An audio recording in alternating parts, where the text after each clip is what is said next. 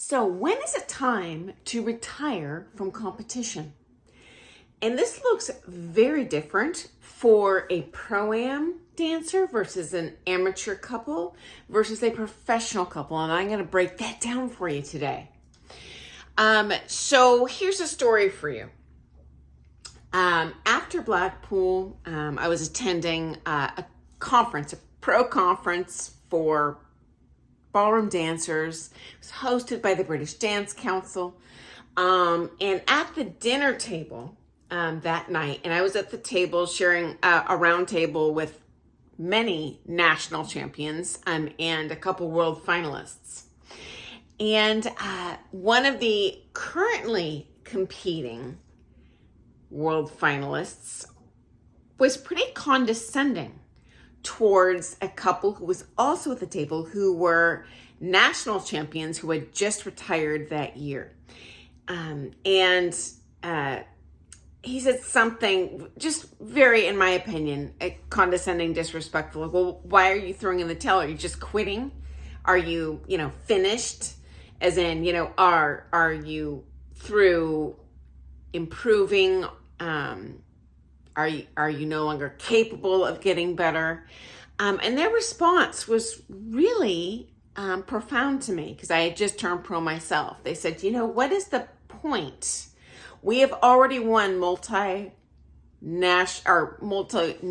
titles.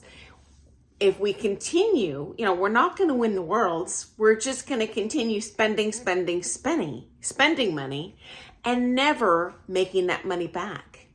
And guys, part of the reason I have previously shared why we charge so much as pros is we invest a lot more time and money than most college educated people do into cultivating our career. And this might come as a shock to you guys. As a pro dancer, you are not making bank if you are competing.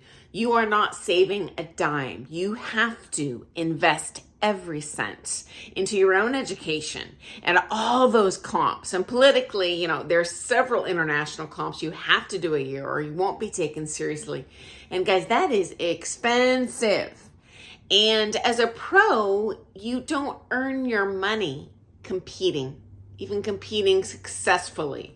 You might win at best like $400. That does not touch the surface of the entry fees, of the hotel, of the travel, and most importantly, the opportunity cost.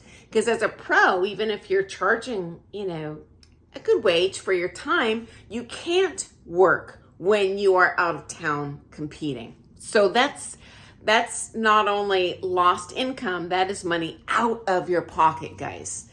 So there's a point where, as we say, you need to start adulting and save money for retirement. You might not be able to teach forever. As a matter of fact, it's very unlikely because it is a career based on our bodies, okay? Also, there is a time where you physically cap out. We are human beings. Our body will degrade with time. And, when you compete in the open pro, there are no age divisions. It does not matter if you're 70 years old or 25 years old. You are on the floor head to head with couples of a variety of physical skill levels. So even if you intellectually have an amazing training, you know what? There's a point where your body's just not going to work like it used to. And so do you want to stay in the game and then gradually fall down the ranks and spend money, not because you aren't training hard, but because your body's pooping out? As a pro, heavens no. Now, pro-ams, this is a completely different story for you. There is zero need to retire from competition unless your body completely poops out on you. Here's why. You have a wide variety of age ranges, of very age-specific skill levels that you compete in, even more than the amateur.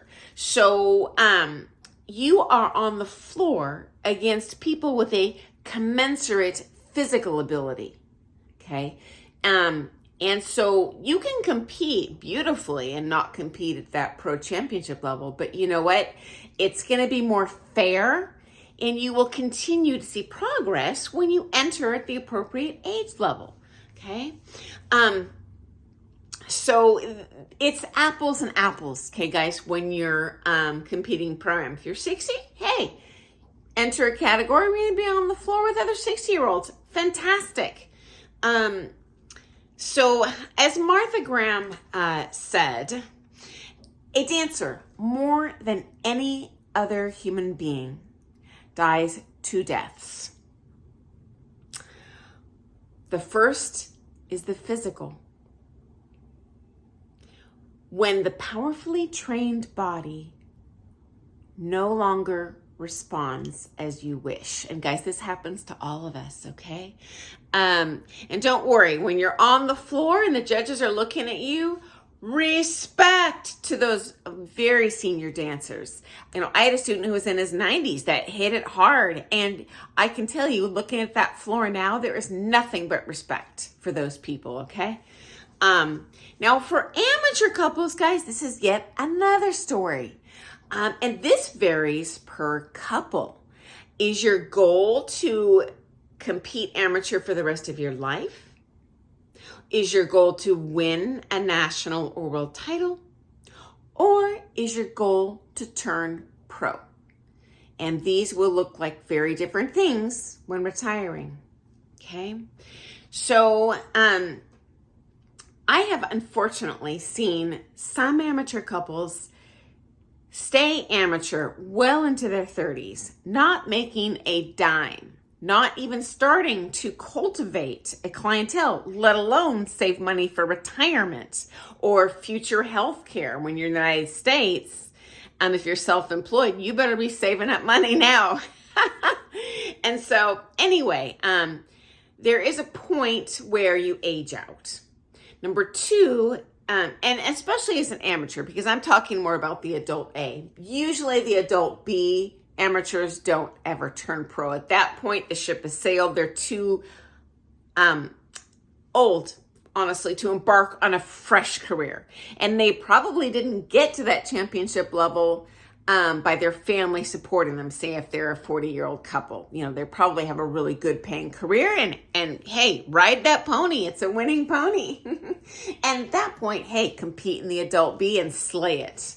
But if you do want to turn pro, there's just a point where you need to bite the bullet, start adulting, shift to teaching, and compete professionally. And you need to commence competing in that pro category before you're 45 years old. Otherwise, that ship has sailed. Secondly, and I think this is an interesting story I want to share with you too. One of my very favorite amateur couples of all time, again, championship level couple competing internationally, they just fell off the face of the planet and opened a studio and started teaching that never competed pro. And two of their coaches, I was also taking occasional coaching with, and they gave me very sound career advice all along in my career. Anyway, they said, when I asked, why did this couple retire? I love them. And they said, Sonny, what is the point? Their goal was to open a studio and they were not in the United States, so I will not share what country they're from, just because I don't want to out anyone. But they said, there's no competition in that town. There's zero benefit to them investing all of that money and years into competing professional when they're going to make a great living doing it now. And that was just really eye-opening for me. It never even occurred to me until they said that. So people can retire for different reasons. And certainly there's a point in your pro career, another story, hearing, another pro couple just talking about why they retired, like, hey, I wanted a nice car. I didn't want to keep on taking a bus places. You know what? This is legit, even in terms of quality of life. As pro dancers, while we are competing, we're living, honestly, guys, at that poverty line. And no one wants to be a couple in your 30s still, leeching off your mom and dad. In the United States, we have a term called professional student. So this is someone that goes to college. They get their bachelor's, they get their master's, They go back to school for another 2 years and get another master's and another master's. And their parents are just supporting, and they never actually dive in and start their adult life. And so as a pro, or an elite level amateur couple, you do need to make that transition. Okay, you guys, here's another story for you. I won't share names, but I personally know a former world champion. And I won't even say their gender because it might reveal who they are. But they won their world title when they were in their very young 20s. Their partner was quite a bit older. And the year they won, and they could have competed easily another 10 years and, won multiple world titles. Their primary coaches, who I also took coaching from, told them, the very moment that they won Blackpool, okay, you need to make your plans for retirement. What are you going to achieve by winning multiple Blackpools? You've hit the jackpot. You've won the lotto. Do you want to risk losing next year? You know what? Retire at the top of your game. So, if someone thinks they've topped out, that's another reason to retire too.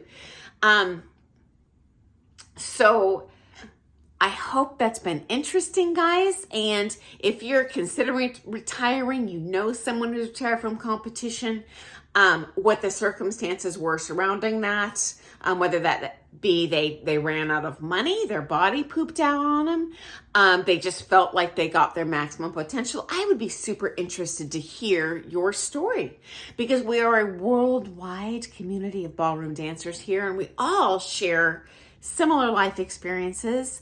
And I am just one dancer sharing what I've seen and experienced. I love hearing your stories, and the rest of us do here too. And if you're too shy to share your story, hey, shoot me a private message on Facebook, and I will share your story totally anonymously. You have my word on that. I would never out someone that wanted to stay non-public, and hey, I get that. It's a little scary for me too each day to just put myself out there on Facebook. People can be sometimes a little crazy with their criticisms on the World Web, so be kind to me. You guys always are. Guys, have a joyful dancing day. If you like all things ballroom dance, hey, hit that subscribe button. We would love to have you join us, and I look forward to seeing you first thing in the morning. Toodles!